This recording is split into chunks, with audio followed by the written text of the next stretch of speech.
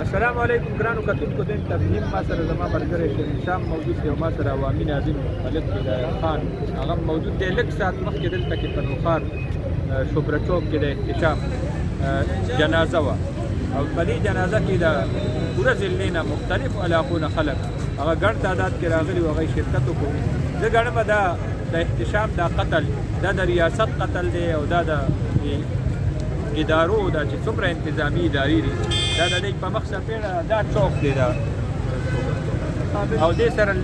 یو څو ګزه کې دننه زما د پریس کلب مخې ته چې دا محفوظترین ځای نه دي که نه نوخار کې او په دې کې داسې خوني راځنې کېږي نو د دې نه غټ شرم او د دې نه غټه تماشا زما د ریاست دپاره نشته. حکومت څه کوي، وزیر اعلی څه کوي، آی جي پي څه کوي، ډي آی جي څه کوي، آی جي څه کوي، ایس پي څه کوي. مونږ منو چې دی راغل دلته کې خو کله چې داسې واردات وشي داسې واقعه وشي نو زما پولیس زما افسران هغه راشي او دوا وکړي او زموږ په هغه روایتي خودساخته یو کاروایي وشي او د داسې وارداتو نه پس زه ویم خودساخته کاروایان هم کېږي کاغذي کاروایان. خو دلته کې ډي پي او صاحب یو د بند اعلان کړی دی چې مونږ به 3 ورځو کې تاسو له مجرم هم درکوو او بیا به هغه څه ورسره کوو چې کومې زمونږ د احتشام سره کړي دي. نو دا دلیرانه اعلان دی او د هغه راتګ هم دلیرانه دی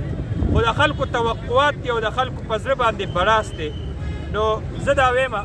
چې دا خپل اعلان سر ته رسولو دپاره دا د هغه دپاره ازمیښت هم دی، د هغه امتحان دی او ازمایش دی. اوس خلق به ترېنه توقع ساتي. صوبایي امنجرګۍ عهدیداران دلته راغلي دي او دې ټایم کې لږ ساعت پس په نوخار کې اعلی سطحي اجلاس هغه د صوبایي امنجرګۍ سید کمال شاه باچا صاحب راغوستی دی چې د نوخار مختلفو علاقو نه پکې مشران راځي، تنظیم به راځي او د نوخار په دې ابتر حالت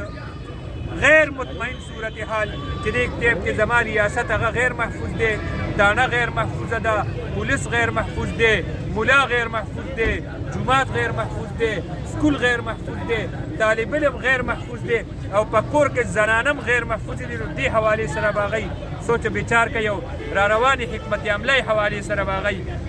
پرمختګ کوي او اعلان به کوي د خپلې حکمت عملۍ.